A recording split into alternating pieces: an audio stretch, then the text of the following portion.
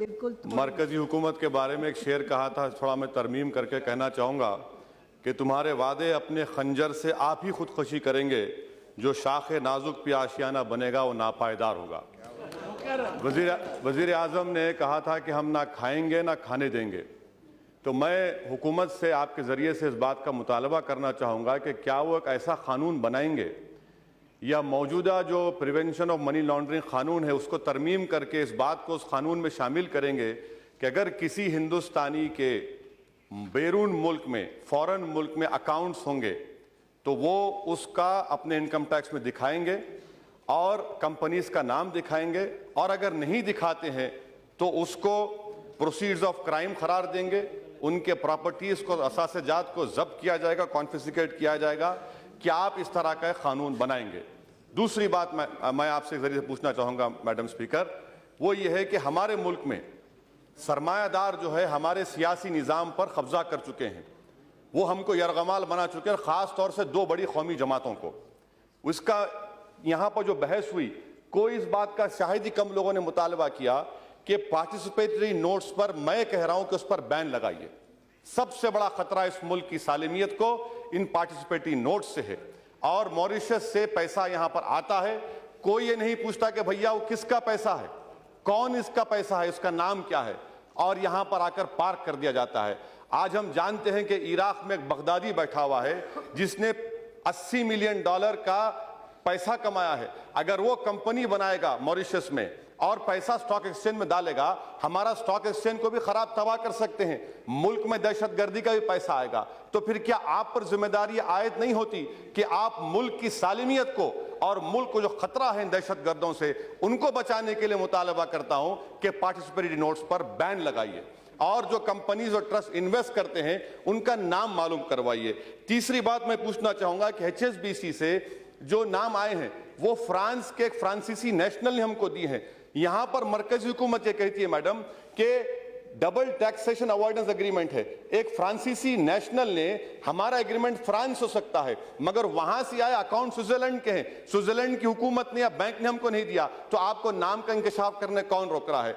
लिechtenstein bank Germany से अलग है, अलहदा इंडिपेंडेंट मुल्क है। लिechtenstein बैंक के नाम हम दे सकते, आवाम के सामने ला सकते, हुकूमत कतरा रही है। और 4 अक्टूबर 2011 को सुप्रीम कोर्ट का जजमेंट का हवाला दिया जा रहा है। मैं वजीर फाइनेंस से आपके जरिए पूछना चाहूंगा कि अक्टूबर 2014 में आप क्यों गए सुप्रीम कोर्ट को कि 2011 का जो सुप्रीम कोर्ट का फैसला है उसको तरमीम की जाए? क्या सुप्रीम कोर्ट ने नहीं कहा था पैराग्राफ नंबर 56 में, 71 में, 72 में कि ये तमाम चीजें गलत हैं, आप नाम दे सकते? मेरा 5वां मुतालबा हुकूमत से यह है कि अभी हमारे मुंबई से जो सांसद है बड़ी अच्छी बात कह रहे थे, मैं आपके जरिए पूछना चाहूंगा मैडम कि सिंगापुर में बायोमेट्रिक्स नामी कंपनी ने सिर्फ 45 लाख का अकाउंट खोला सिंगापुर में। ICICI बैंक ने उसको बगैर कोई कोलैटरल के 6,500 करोड़ का लोन दिया, और 2011 में 6,500 करोड़ रुपये यहां पर हिंदुस्तान को आया। किस कंपनी में गया? जो KG-D6 में हमारी गैस तलाश कर रही है। वहां से सिंगापुर के हाई कमीशन लेटर लिखा 2011 में कि मालूम करिए इतना बड़ा पैसा आ रहा है। क्या यह हुकूमत जो वादा करती है, ऐलान करती है कि हम ना खाएंगे ना खाने देंगे, क्या वो गोदावरी में KG-D6 में जिन्होंने पैसा खाया, मुल्क का पैसा है, क्या उनके खिलाफ एक्शन लेंगे आप? मैडम, अगर मैं गाड़ी के लिए लोन अप्लाई करता हूं तो ICICI बैंक मुझे लोन नहीं देता, उसके पास ना कोई ऑफिस, ना कोई कोलैटरल, ना कोई इक्विटी, 6,500 करोड़ का लोन दे दिया गया। मेरा 5वां पॉइंट हुकूमत के आपके जरिए है मैडम कि आज हमारे वजीर आजम और बहुत सी बड़ी जमात के लोग एक बहुत बड़े सरमाएदार के एयरक्राफ्ट में फिरते हैं। क्या यह बात गलत है कि SIT ने कहा है कि इस सरमाएदार की जो पावर कंपनी के जो इक्विपमेंट थे, इसने गलत ओवर प्राइसिंग करके 9,000 करोड़ का टैक्स दिखाया, जबकि सिर्फ 3,000 करोड़ के टैक्स थे। 5,500 करोड़ कहां गए मैडम? क्या हमारे वजीर आजम उसके एयरक्राफ्ट में बैठना बंद कर देंगे? क्या हमारे बरबसरे जमात के लोग उसको दूर कर देंगे? अगर आप ऐसा कर सकते हैं तो जरूर करिए। मैं आपके जरिए से पूछना, हो गया